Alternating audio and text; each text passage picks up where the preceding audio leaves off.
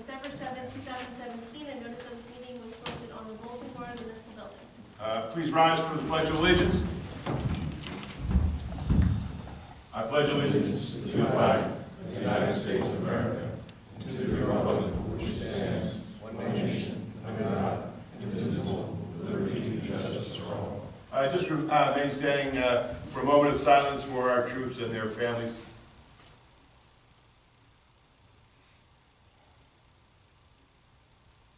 Okay, thank you.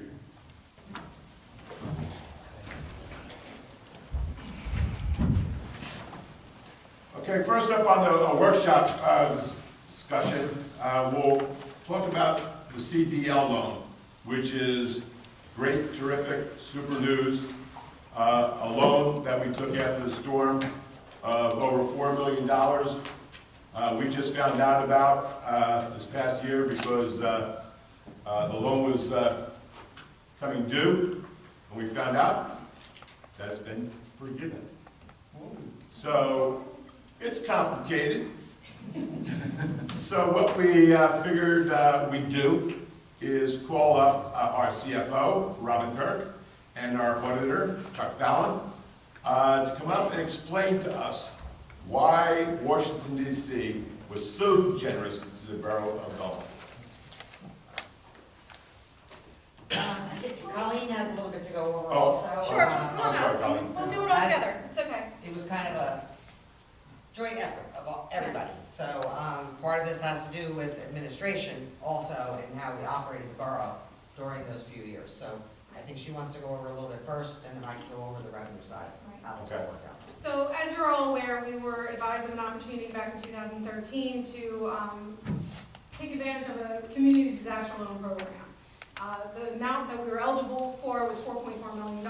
We did take the maximum amount of that fund and took it in 1 year, in 2013. We spread it across our current fund, our beach utility, and our water sewer.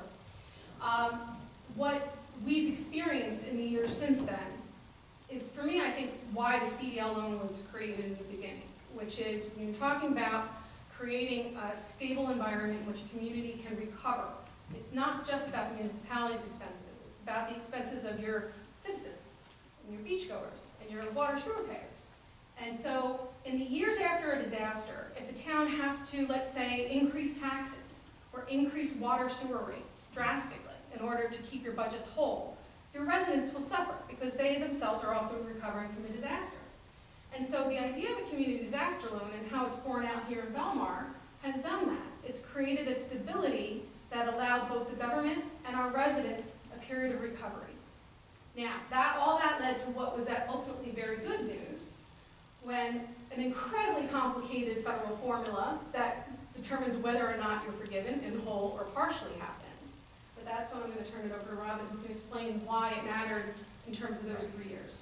I don't know if we can kind of hand these out. We've actually been going not totally over this in the budget each year, but we do these slides every year. Yeah. That we kind of, I usually whoop through, everybody goes yay afterwards. One of the things that really helped us when it came to this community disaster loan was keeping our revenues down, again, not increasing rates, etc. At the same time, though, we were keeping our expenses down. We were holding people to the line, so much credit also to our department heads.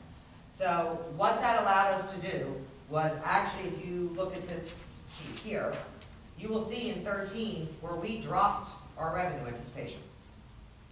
Okay, our basic reoccurring revenues that we expect to get in every single year.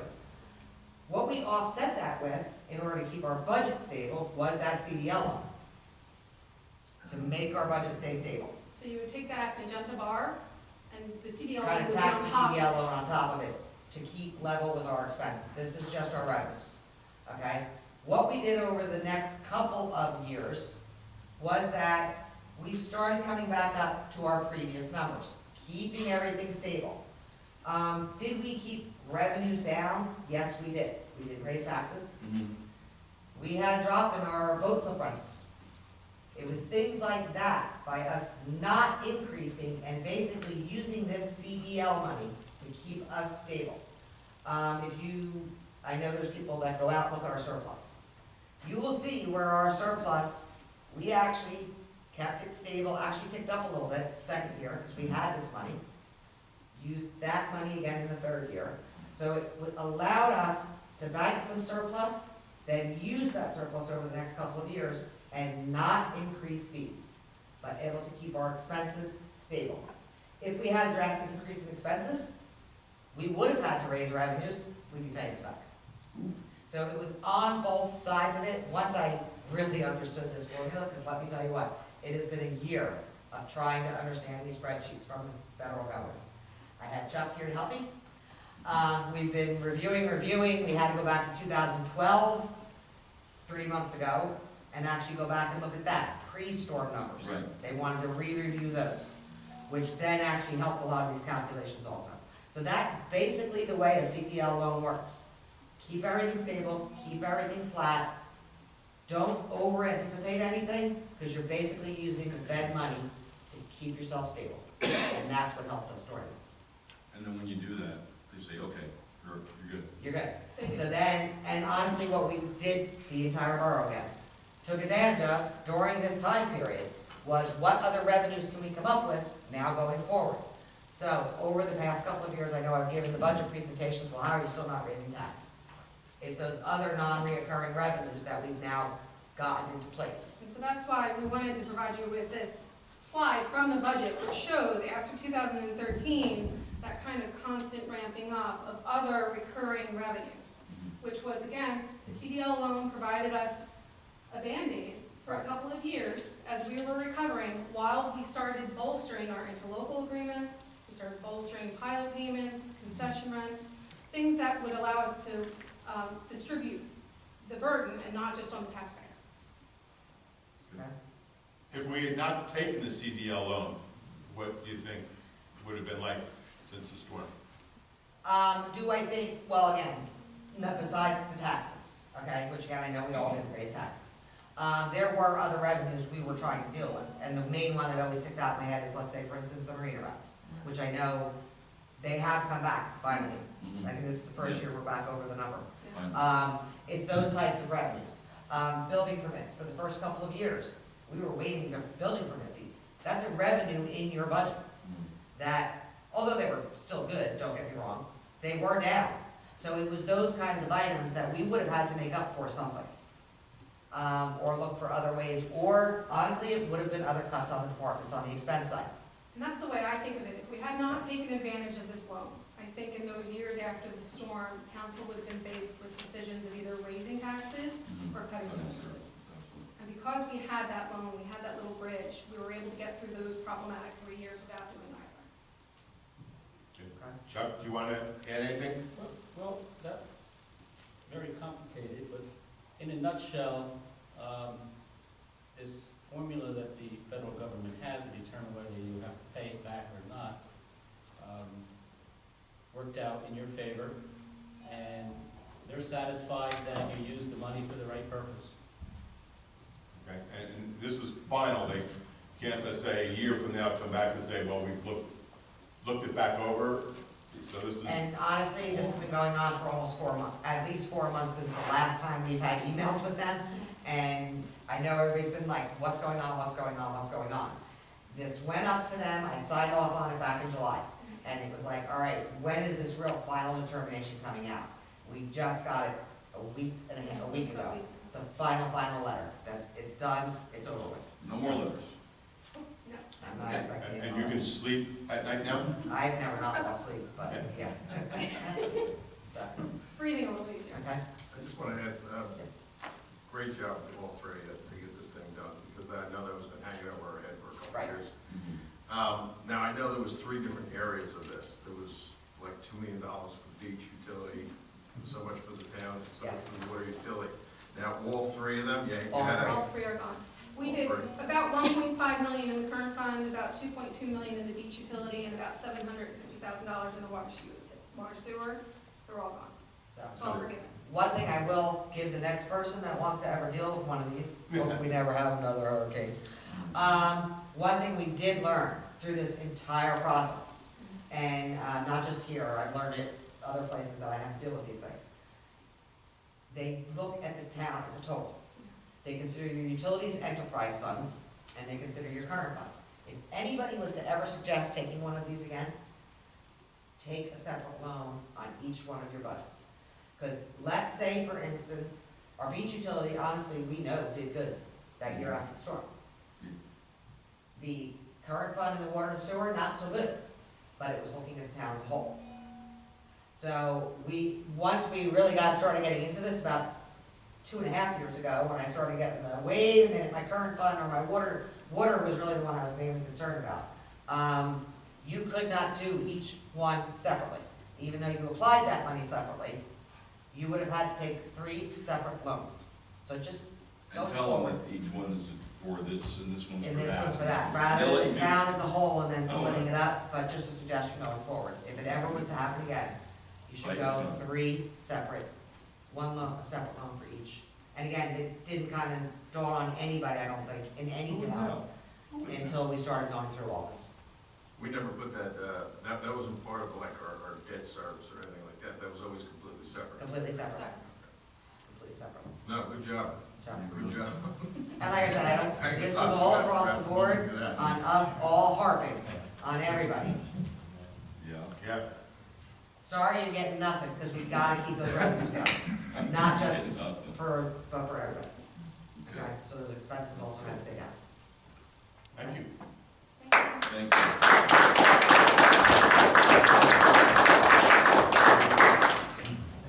Okay, next on the workshop discussion, Mark Levis, I'll let you take the lead. It's Parks Commission that you're looking at. Yes, thank you, Mayor. I just want to discuss the possibility of drafting an ordinance to form a Parks Commission for the Borough of Belmar. I've brought this up a couple times in my reports, and I think we had a brief workshop on it. I really think it would benefit us to have a similar commission to our Harbor Commission and our Environmental Commission that's sole focus is to look at the parks.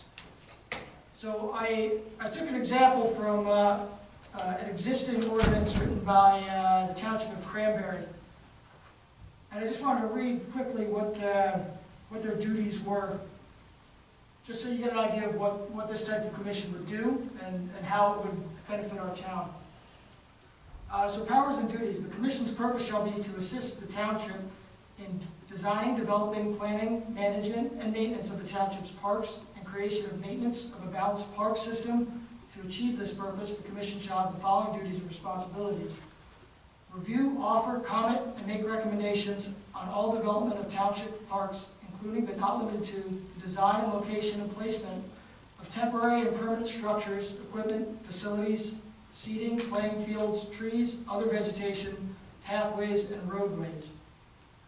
Review all park-related initiatives related to and offer comment on the balance between age and interest groups, activities and passive park activities, design and other park-related issues.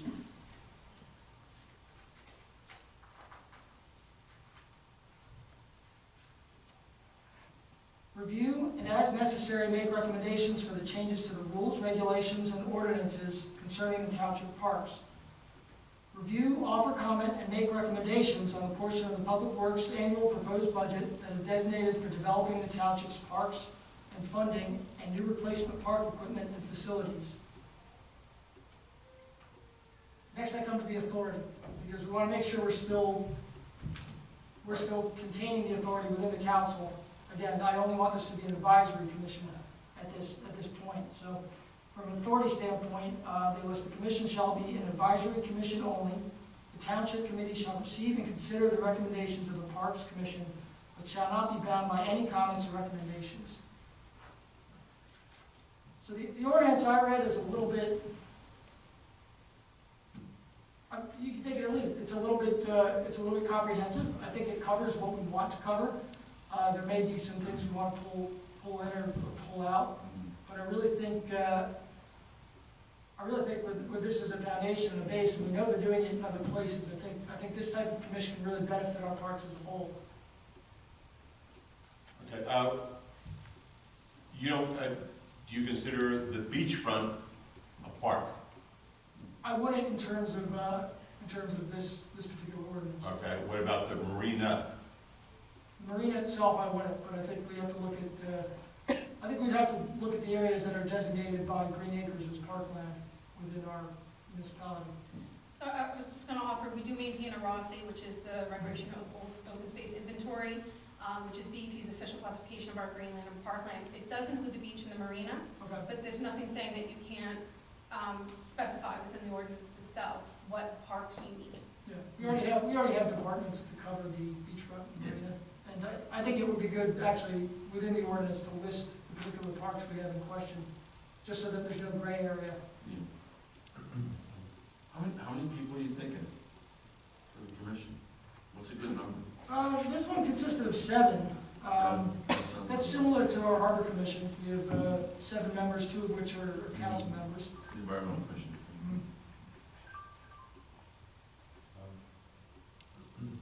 Okay, I don't see anything that jumps out as a problem as long as it's an advisory, because we don't want to go around telling the DPW what they have to do, and, you know, I don't want it to try and take authority away from the mayor and council. No, and again, this would only be advisory. I mean, ultimately, the authority lies with us to spend the money related to this upkeep. Right. But I think it's very good to have the citizens of our town who take an interest in these parks have a mechanism in place to make recommendations, make improvements, so that it's not just a person coming up and talking to you and saying, I want to see this. It's a great way for us to coalesce some great ideas around our parks and see some substantial and meaningful improvements. Okay, then the next question would probably be, how do we move forward? Right, we'll go to the attorney and say, how do you form a new Parks Commission? It starts with the passage of an ordinance, as the council referenced to. It's typically my job to take the ideas you have. And for example, Councilor Bray provided me with numerous of the balloon release ordinances. We had the artificial turf discussion for several months, where I reviewed every ordinance across the country, more or less. I typically craft that into what your borough code has. So for example, one of the changes that I'd like to make is it says, almost all the volunteer positions in your town are mayor with advising consent of council. I know that the Cranberry one just says mayor shall appoint vacancies. Sure. I assume that you guys would want, those kind of changes. I usually move them to comport with what's in line with your other similar departments. So I probably model it largely after the Harbor Commission, meld it with the Cranberry. I like the powers and duties and the authorities in there. I think that the authority is very clear. I'd probably meld that together to kind of mimic the Harbor Commission. That's typically what I do. And then I give it to you guys, and if you guys have your suggestions, or you change them, or colleagues are always very helpful, because she knows how everything works here. Go from there. Colleen, do you see anything that, No, I think it's a pretty straightforward concept, and, we're not too ashamed to steal something that's working for another town and just modify it to work well for us. So I think between Greg, April, and myself, we can get something together for introduction at your next meeting. I think that's appropriate. Okay. sure. Mark, how do you feel? I'm not sure yet. I just, I just don't want to have this commission dictating to the DPW. They do such a great job now. I mean, if they're going to advise on shrubs and when things need to be done, but I mean, Mike and his crew, we got so many new parks. I'm just saying that it's another layer to, so I'm not sure how I feel. I mean, it's good to have it in place, but you don't want to have the frustrations of them trying to do something and DPW's already doing it. So I'm up in the air on it. As long as it still be just advisory, they could recommend, I guess, to the council, and then if something the council wants, then we can follow the chain of command and recommend, and then the DPW would come back and say, all right, this is not a good time because we're swamped with this other work that we have to get done. So, we might be able to work it together with communication. Could I make a suggestion to you guys? If you're concerned about that sort of overlap and kind of interfering with people that work here, their daily duties, so to speak. Typically what I've seen in other towns when they've had this kind of commission is that largely the requests from the commission come during budget time or the capital budget, rather than really like on a daily basis, like, hey, like you can fix that bench. So if you changed G as part of the ordinance that you were just reading, instead of reviewing and commenting on the public department, DPW's budget and kind of inserting an advisory board into the budget process, perhaps they could have a date by which to provide you with recommendations for the following year's park improvements or things like that. And then that puts the power in your hands to say, we have the money for that, we don't have the money for that. And then typically what I've seen is once the ones that are funded, then they bring the Parks Commission back in to say, I like red benches versus blue benches versus this works well, I walk my dog here, and the pathways and stuff like that. So I think that part of your guys' concern, I can see you guys worried about the Park Commission people bothering everyday employees. Perhaps they could submit annual recommendations on improvements to the parks for the following year, which is effectively the same thing as offering comment recommendations on the budget for the parks. But they provide that to directly to the council, and then we preserve the chain of command kind of down the way. It's not confusion in that regard. If you guys, Yeah, that's something your like pleasure. that would be a lot better, because I just don't want them having a meeting and then calling DPW and saying, you know, we want this. I just think the purpose We of want the G is grass that they cut, get, or, you know, some sort of say in what happens in the parks or plantings or equipment, things like that. But largely that's ultimately determined by the budget. So I think you change G to that. They provide annual recommendations when they have an end of the year meeting or end of the season meeting or something like that, whatever fits with the budget timeline, versus having direct input into DPW decisions. I think that would be a good change. And to color your fears a little bit, Mark, I mean, the way we operate the Harbor Commission is almost exactly the same, right? I mean, the Harbor Commission is advisory only.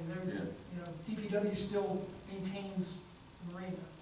So the Harbor Commission doesn't have No, to I set get it. DPW's budget for the marina, or the Yeah. repairs that go on there. That's still strictly in DPW's hands. I'm just thinking of all our parks are, I mean, every one of them are brand new, I think, yeah. Pretty much. Yeah, so, Well, our playgrounds are, but we can't say our parks are all brand new. They've been there for a while, and they're certainly, They may not be new, but they're really well maintained. yeah, so, I mean, I'm up in the air. It's not that I have a fear of it, you know, I just want to make sure that the advisory committee that's put together for this, you know, like Greg had said, they answered once a year that they request something and we can see if we can afford it or not. You know, that would be something that, a good direction for them. You know, I just don't want them to have a meeting and call Mike Campbell the next day and say, we want new sod in this place. no, and I don't think that's, again, that doesn't happen with the Harbor Commission. I don't foresee it happening with this type of Yeah. commission. So with those changes, I'm fine. I think it's a good idea. I think, I agree with Councilman Walsberg about his concerns about overlapping authority, and I think what the attorney is saying is that's the way to do it. I mean, make sure it's really clear, and definitely, when you say model it on the Harbor Commission, that's exactly what comes to mind. I mean, the Harbor Commission makes the recommendations, and then council acts on it, or not, whatever seems to be the right thing to do. Very good. Another direction. Thank you. We have a direction. Anything else on workshop discussion? Yes, I got one more thing. It was brought to my attention about the gazebo at Silver Lake. It seems like we're having a lot of weddings and a lot of engagements down there, and now we have people nailing the things into the wood and putting up all kind of signs and leaving the place a mess. So I think that we're gonna have to either take a look at it, either they gotta put a deposit up or something like that. Mike Campbell and his crew have been down there all the time, taking the nails out of the place where they nail things up, staples and leaving the balloons. And then, I think it was 2 weeks ago, people had all kind of tables out there with food and everything else. So, I think we're gonna have to take a look at, maybe looking at that ordinance, either to charge them or and get a deposit, or if we don't wanna charge them, at least get a deposit, because it's, from what I hear, it's been a little bit out of control this summer. So I don't know how everybody feels about that, but, We get a deposit for Chiller Lane, correct? yeah, we get a deposit from Taylor Pavilion, and probably it's gonna be, we should do the exact same thing down there. Nobody needs a permit to do anything like that, to take pictures, or do they need a permit to use the gazebo? So right now, the way the gazebo works is it's a free permit. So you have to. But you do have to get a You permit. have to get a permit, there's no charge for it, and there's no security deposit on it. And this is something that we've talked about for years. And certainly, you know, and recently, some of our troubles at the gazebo had nothing to do with the wedding or a bride, but vandalism, which was a massive amount of work that DPW's been doing over the last week to 10 days. I think that it certainly is reasonable and appropriate to think about charging either an application fee, so at least, let's say it's $50, right? That $50 goes into a fund that then is available to help when we need to sand it down and repaint it. So I would encourage you guys to think about something like that. Certainly when we go about setting the fees and schedules for the new year, that's something that you can consider at that time. The security deposits, it's working very well with the Taylor Pavilion. We have a punch list, we inspect the facility after it's over, and hopefully we can return all of that security deposit to the renter. We could take the same approach, although my recommendation would be an application fee, so that we are getting a consistent amount of money that can accumulate to help offset expenses. When did that change? Because I know when that Heisman gazebo was first built, because I was recreation director, we always charged. It's been free since I've been here. I don't know, Mike, you know anecdotally when that might have changed? I don't know what you're saying. Yeah, we always charged a fee, and as Mark said, they were always told no tax staples or nails. It just flows out of my mouth. They're always told that. And yes. they always put in tax staples and nails, so there should be an application fee, and there should be a security deposit.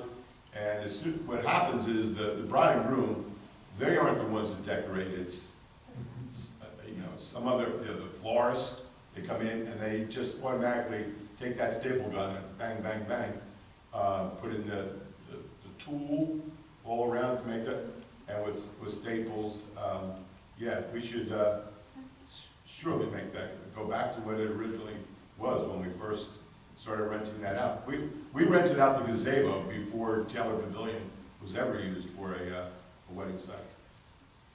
What we can do is get a recommendation together for your consideration, and when we advance the resolution setting fees for 2019, we can include it in there. Definitely. Yeah.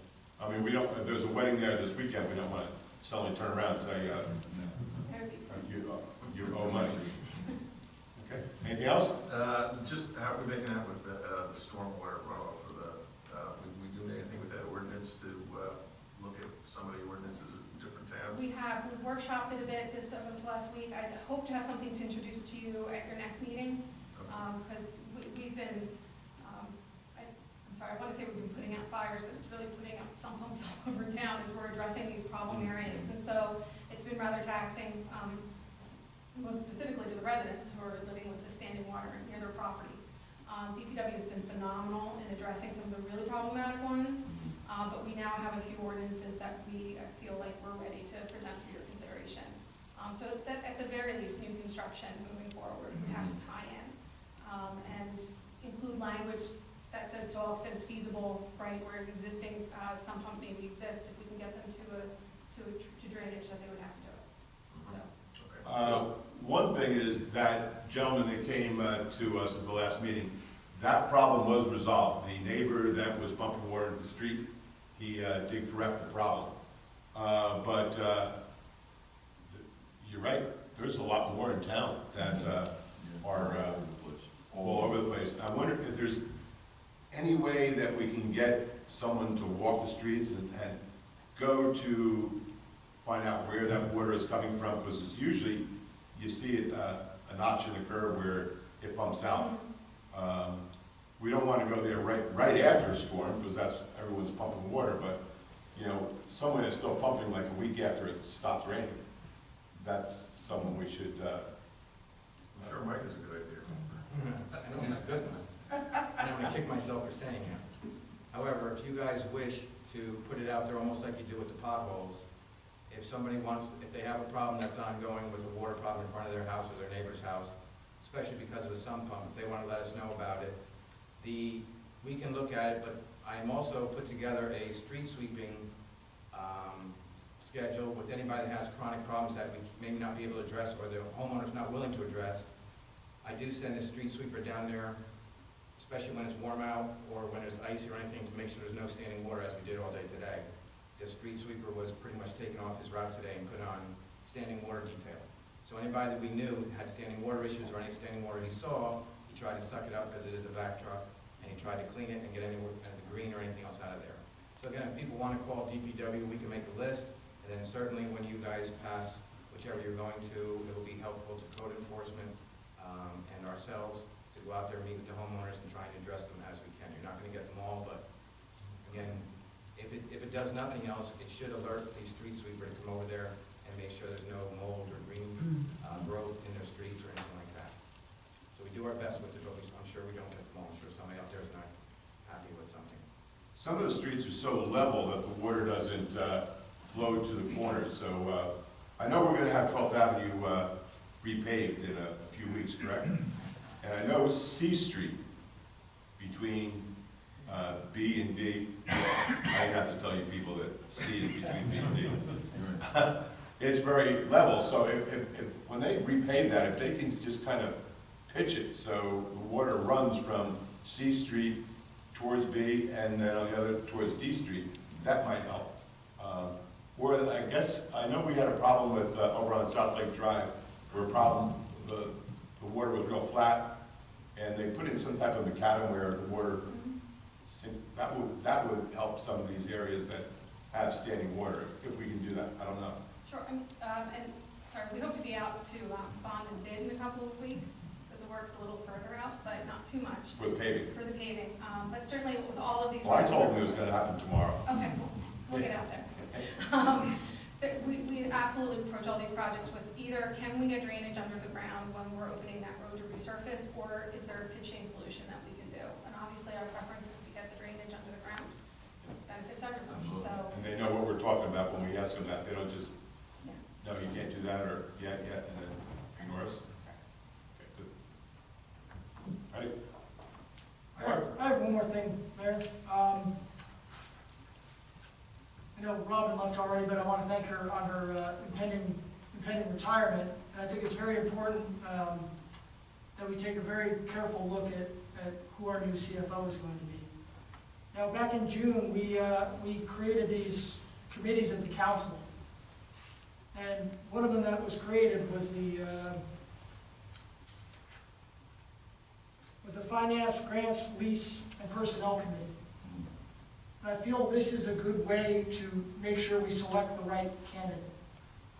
I think we have an opportunity here to take a good hard look at what we need and use this council committee as a tool for selecting a candidate pool for the council and the mayor to pick for a CFO.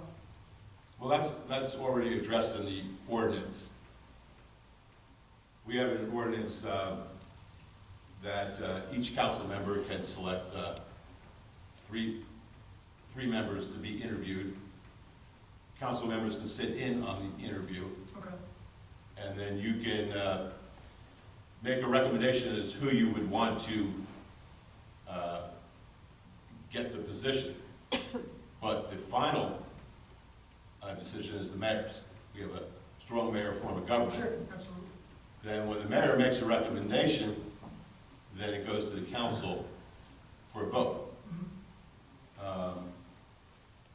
So really, the council won't be left out of it. You can sit on every interview that a person that applies. What I would like to do is hire a firm to look at everybody's resume and then recommend to us. I mean, I do not know what a good resume for a CFO looks like. They will. And they can recommend to us. Now, you're not a CFO, and Tom's not a CFO, Mark's not a CFO. So I think we really should defer to their expertise. But you can still recommend someone to be interviewed. And we'll interview them. How are we deciding on which firm we would like to look at this? Do we have, I mean, Robin's going to be out of here in December, and we don't have a whole lot of time, so I think it'd be very beneficial if we get on this rather quickly, so that we have a long time to look at the right pool of candidates. Well, we can, I've already been contacted by 2 firms that would like to do this for us. And because of the professional service, it doesn't have to go out to bid, we can put Oh, that was my question. an RFP out and say, okay, we're gonna be doing this, Okay. but we wanna limit your work for us to $5,000. You know, and then what they'll do is they'll come in and, check out the interviews, and then probably recommend to us who the best candidates are.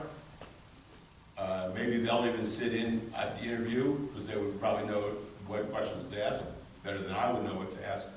And you could be there also, being on the personnel committee. So, you're more than involved, you're being on the personnel.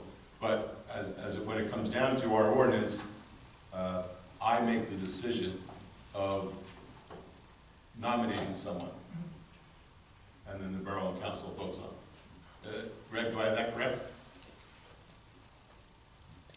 Let me just finish reading. Okay. Just to understand the process, is. Yes, that's correct. It's ordinance 1115. Ordinance 1115. And then Assume what the about, mayor and council here fought at some point in time over this exact issue. Because it says, all positions within the borough of Belmar for any full-time position, essentially the entire council has to get all the resumes. And any two members,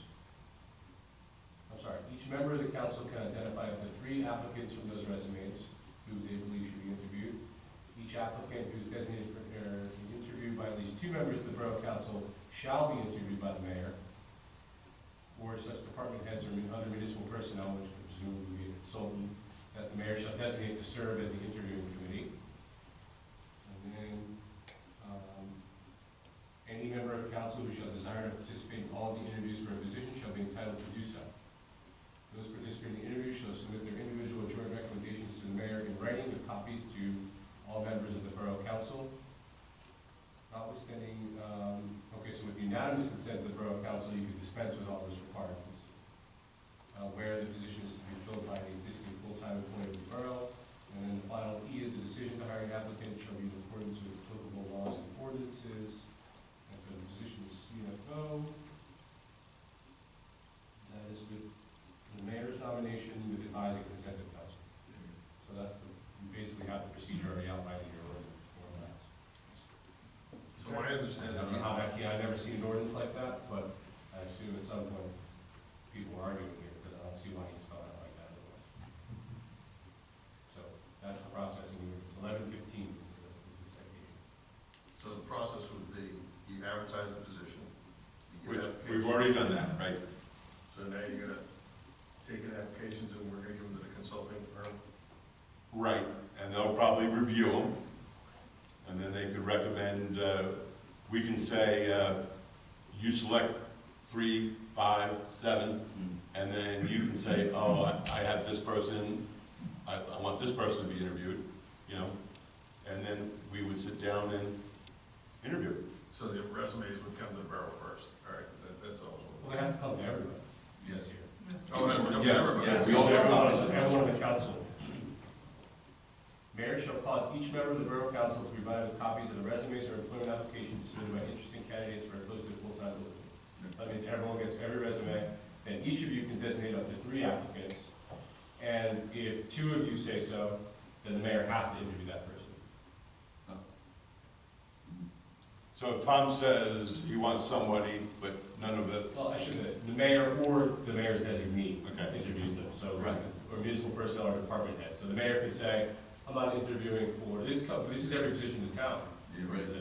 So that if the mayor doesn't want to hire, a full-time position, that's, you can designate that to the department head or consultant presumably, what it says here, or basically anybody.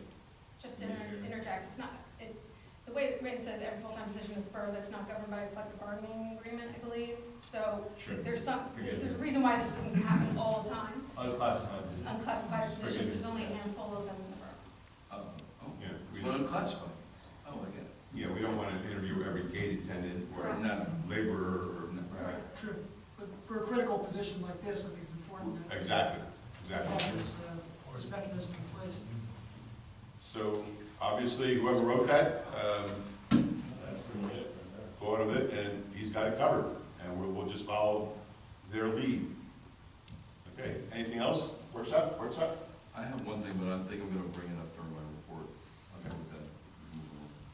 With that. Okay, seeing no more discussion for the workshop, petitions. Anybody out there in the audience that would like to come forward with a petition, please step up to the microphone. Seeing none, we will go to approval of minutes. I make a motion to approve the minutes of the September 18, 2018 meeting and that they be posted on the borough's website. Second. All in favor? Aye. Aye. Abstain. Okay.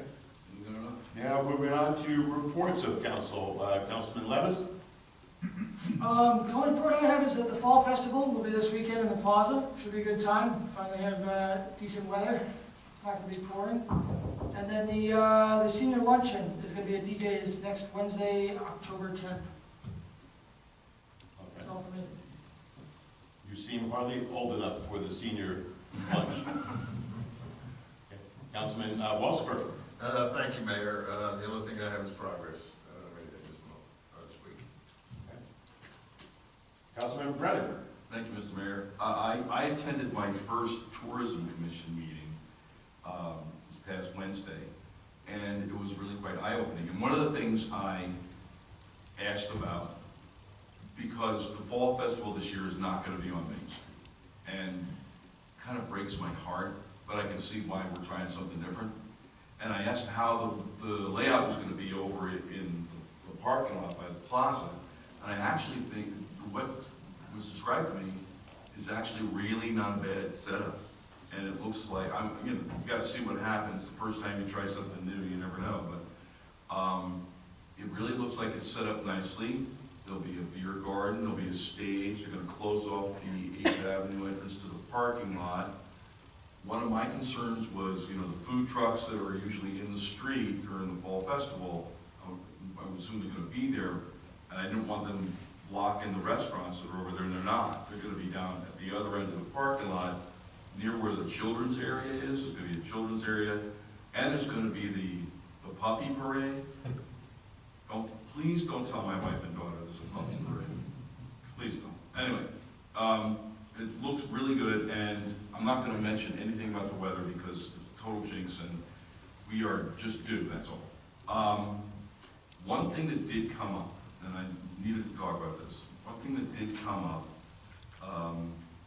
one of the members of the Tourism Commission, Don Tarrant, owns Atlantic Lines, and had concern, and I think this has been expressed by, when the dunes went up, we heard complaints. And this was one of the first complaints I heard that I actually think kind of needs to be addressed. I didn't realize this, but the Ocean Avenue businesses down there, they kind of count on September through the first half of October, if the weather's nice enough, to keep their business going. They count on some of that revenue. When something happens like what happened in September, where there was an early storm, and there's no question, everybody agrees, better safe than sorry. But as soon as the dunes go up, that basically is the end of their season. There's no getting that back. So they lost basically 4 or 5 weeks of revenue that they feel they could have made if the beach was more accessible.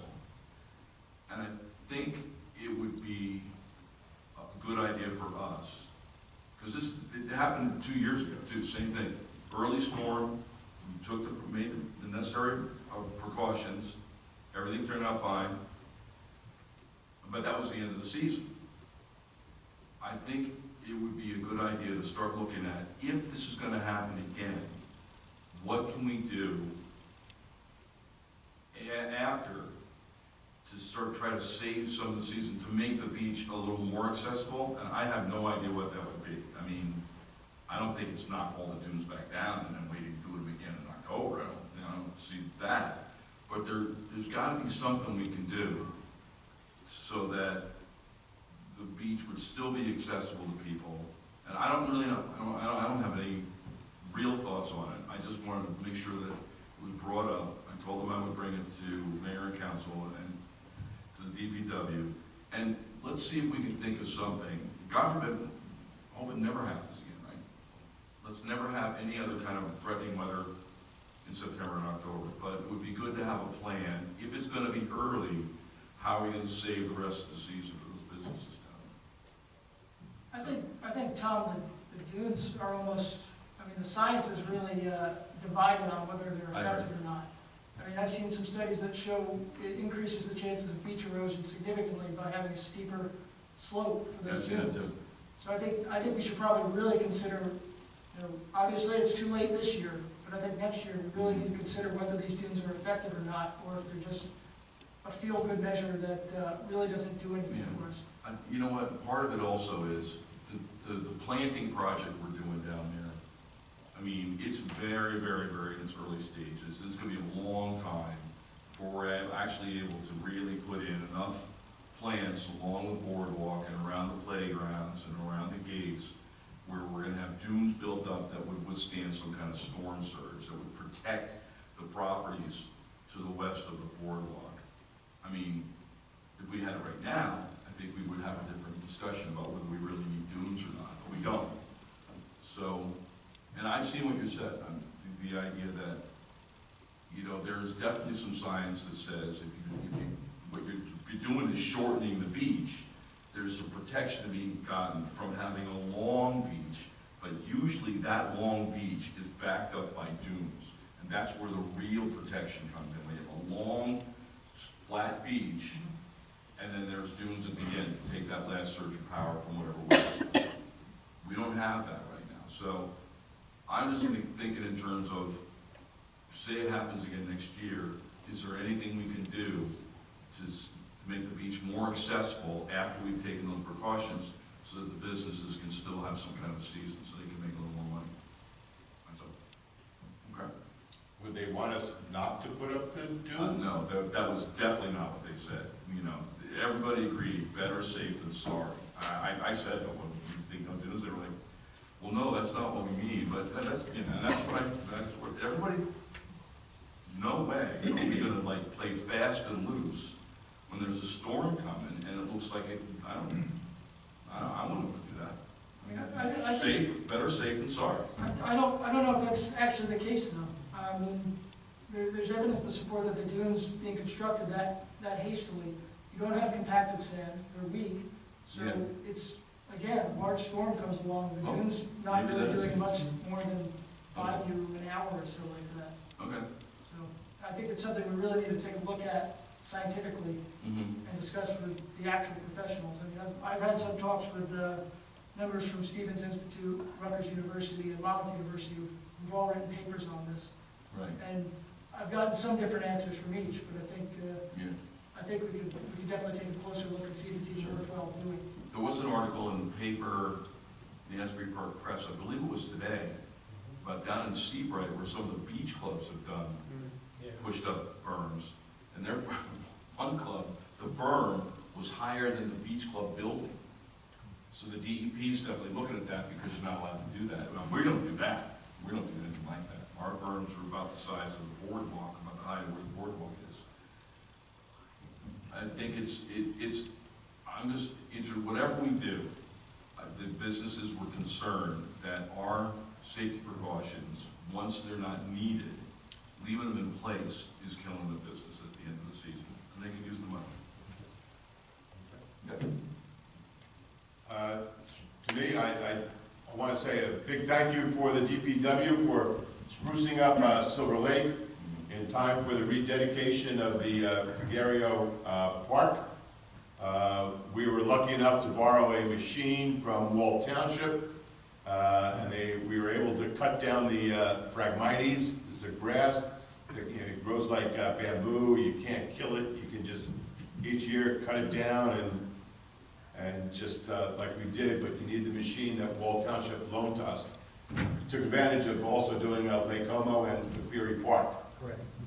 That's great because I drove by and the parks look great.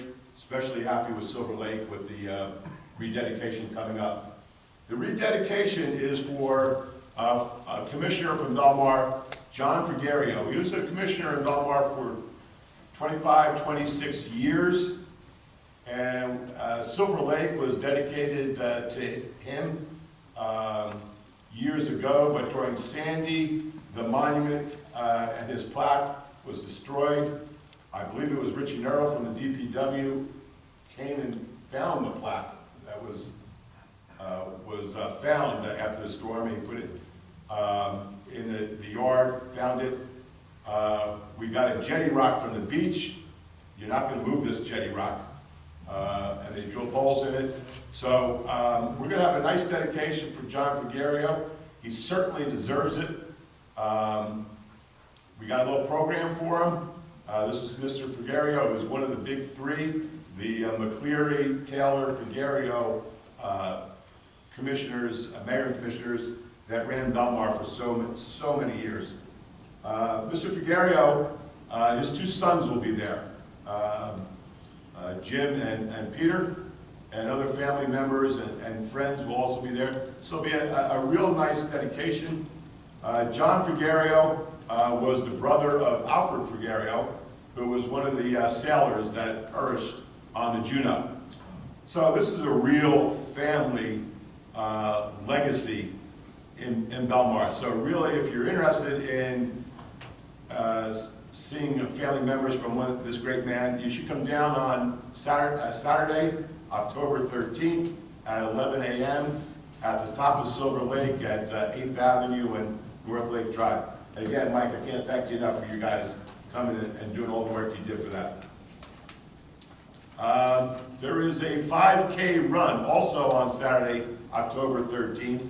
It's going to be through Lake Como, but it's going to be dedicated to the education fund for the three boys of Deirdre Seek, who was the daughter of Sharon Day, longtime employee, and Deirdre's father, Steve Day, who was a lifelong resident of Belmar. So Deirdre died within about a month after her mom Sharon passed away with the three boys. So all the proceeds from this 5K run will be going to the education fund for these three boys. If you don't plan on running, but you would like to make a donation, you can make a donation to the FSOS, Friendly Sons of Shillelagh, Foundation 5K. And you can address it to Post Office Box 627. Okay, that's Post Office Box 627. And certainly that family just that's a terrible tragedy, losing the grandmother and then the mother so shortly after that. I want to notice that the lifeguards are done. There's no more skeleton crew, no more lifeguards driving up and down on the beachfront. And the bathrooms on the boardwalk will close Sunday, October 14th. Just to let you know. Also, the Historical Society has a new display out the front foyer. It's about the two schools in town, Belmar Elementary, you see some history there, and from St. Rose. And the Historical Society, about once a month, changes their display. So it's a lot of work. It's well done. So when you leave tonight, just take a look over there, and it's very interesting. That's my report. Perfect. Okay, moving along to the consent agenda. Is there anything that one of you would like to say? The public session was on the consent agenda. Can someone explain why I always forget the public session? Okay. Public session on the resolutions, only on the agenda. We will continue to have a public session at the end of this meeting. So if you have any questions about the consent agenda, please step forward. Seeing none, I make a motion to close the public session for the consent agenda. I have a second from Tom. All in favor? Aye. Now to the consent agenda. Now I'd like to make a motion to adopt the consent agenda. Do I have a second? Right, I'd like to actually pull the Railroad Ave Improvement Project from the consent agenda. Have a separate discussion on it. Sure. You need a motion? I'll make the motion. I'll second. All in favor? Aye. So let's, Greg, what should we do first? That one resolution or the, Consent agenda first. okay. So, repeating myself, I make a motion to adopt the consent agenda. Do I have a second? Second. Councilman Brennan? Aye. Chairman Hubbard? Yes. Councilman Walsifer? Yes. Councilman Levin? Yes. Okay, now I make a motion to adopt the resolution of approval to submit a grant application and execute a grant contract with the New Jersey Department of Transportation for the Railroad Avenue Improvements Phase 1 project. Do I have a discussion? Yeah, so Brian, the reason I wanted this pulled was I had some current concerns with the region that was being proposed in this grant. I feel that there's a portion of Railroad Ave which runs Memorial Field that's more in need of repair than the portion between 14th and 13th Avenue. And that's why I make the recommendation that we adjust the grant to cover that street versus the portion that's in front of the self-storage building. I feel the portion in front of Memorial Field gets a lot more traffic, plus we have parking spaces there. If I may clarify, this application for Railroad Avenue improvements is between 10th and 13th. I think, I don't mean to assume, but I think you may be referring to the CDBG money that we received to do 13 to 16. This was our application to extend it now from 13th down to 10th. Yeah. I thought that was the various streets improvements.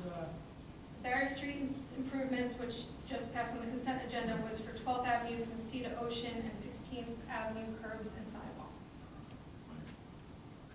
This county wants to pay 16. So this railroad improvement project would actually extend what has already been funded and take it just where you're talking about, Memorial Field, back Jager, and then to 10th Avenue. So it would cover Memorial Field? Yes. Okay, because the initial map I saw showed it not being It paved. is. Okay. 10th to 13th. All right, then I have no problem if that's the case. Okay. Thank you for the explanation. Sure. There's a motion. There's a motion. Do I have a second? I'll second. Councilman Brennan? Aye. Chairman Hubbard? Yes. Councilman Walsifer? Yes. Councilman Levin? Yes. Okay, now ordinances for the second reading and public hearing. Do I read this first and then ask for the public to come up, or? Okay. Ordinance number 2018-14. Ordinance of the Borough of Belmar amending the revised general ordinance, chapter 19, traffic, to designate the direction of Snyder Avenue under section 24 thereof. Now I open up for a public portion. Is there anybody out there in the audience that would like to come up and talk about the change of direction of Snyder Avenue? Seeing none, I would make a motion to close the public portion on ordinance 2018-14. Do I have a second? Second. All in favor? Aye. So now I make a motion to adopt ordinance number 2018-14. Do I have a second? I'll second. Councilman Brennan? Aye. Chairman Hubbard? Yes. Councilman Walsifer? Yes. Councilman Levin? Yes.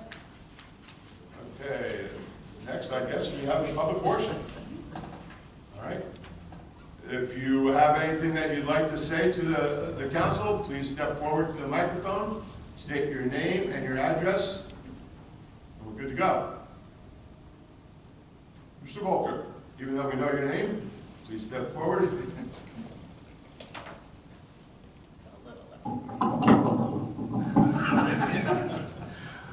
Tom Volker, 527 8th Avenue. Question on the bathrooms over the winter. Has any thought been given to maybe keeping the Taylor building bathrooms open over the winter? Probably not, and the reason being is probably vandalism. We do have a little policy where we let the running club, Jersey Shore Running Club. Jersey Shore Running Club, open up so their runners can use the bathroom. Then they go out running and they come back at different times, but when they're gone, we recently have found their bathrooms a mess. I think it's a good thing that we allow them to open up so they can use the restroom, but no good deed goes unpunished. Yeah. And so while they're gone out for their run up to Asbury Park or down to Seagirt or something like that, people walking the boardwalk pull on that door, get in, and just recently, Mike, and you, The last 2 Thursdays, it was vandalized. last 2 Thursdays, and that's when they're running club goes. So if we just left it open, and then I'm sure someone would find a way to either break into the main room, the beach closet, Yeah. so I mean, it's, vandalism is a big. I was thinking that if you did do it, you would need to maintain them like the wonderful job we do on the bathrooms over the summer. And I know that would cost, but something to think about. I've always loved the idea of being able to keep one of the bathrooms open, but the cold is a factor that the pipes would freeze, and But not in Taylor, would they? not in Taylor, but the fact that they've been vandalized, that Okay, answers our, all right. yeah. Question on the shade on the Parks Commission. If we set up the Parks Commission, would we be more eligible for grants and things like that? Would that make a difference? I have seen on scoring sheets for something like Sustainable New Jersey, they do ask that question, and possibly you can pick up a point or two. So I have seen that asked in the past. Okay, something to think about. I wondered about, when we take down the Shade Tree Commission, might that fall under the Parks Commission? Do we still have a Shade Tree Commission? Okay. I'm crushed. I Yes, didn't want to point you out, but someone in this room is the director of the Shade Tree Commission. nicely done, nicely done. Yes, I don't know, it's an Something to think advisory. about. Yeah. Do we have a policy where if we take down a tree, we put up a tree? In our ordinance, no, I don't believe we have it in our ordinance. Other towns do. All throughout the state, the different shade tree commissions, there's a lot of different ways they run their shade tree commission. We don't do it that way here in Belmar. Would you consider that? To me, it's a great idea, but here's the thinking. On your private property, we can't tell you what to do. I understand. On that strip between the sidewalk and the street, where most of the street trees are planted now, some of them are dying, some of them need to be taken down, and unfortunately, it is the responsibility of the resident. And to take down some of these trees, it could cost you $1,000. Yeah. And usually the neighbors say, but I didn't plant it, why should I have to spend $1,000 to take it down? Good point. But getting back to, that strip between the sidewalk and the street, trees don't want to grow there. It's not big enough. And what the tree does, as it matures and grows, it's going to spread its roots, and sometimes it starts lifting the sidewalk. Or growing into the street. So really the tree is, when people call me up and I say, well, do you have room on your property? The tree would prefer to be on your property where it have more room. Some people, I don't want it on my property, I want it out in the street. And that's not a good place to plant a sycamore tree or an oak tree or anything like that. And sometimes people, when they lift their sidewalks, they shave the roots, or they cut the roots, and so they could level the sidewalk. You're weakening the tree. Now comes a storm, and you don't know what that tree's going to do because you've compromised the strength of it. So it's if you had a stretch that was like 6 to 8 feet wide, you could find some good trees. But some of them are like in Belmar, are 3, 4, only 5 feet wide. Trees don't want to grow there. Yeah. I'm missing the trees, so I was hoping there could be some program. Well, I understand. You could plant a tree, and it's going to take 25 years for it to mature and grow. So, if you plan on being here for 25 more years. Yes. I'm working on it. I was thinking that about 25 years ago, when we moved in, there was a program where you could buy a tree at that point. You could pay the town for a tree, and they'd put a tree in at your curb. And it was, and they mature beautifully. I forget what kind they were. but- When a lot of these sycamore trees were planted in Belmar, when you see them in Yeah. Belmar, were planted before there were asphalt streets. There were dirt streets, I believe it. weren't cinder sidewalks. Mhm. So the people that planted it weren't wrong.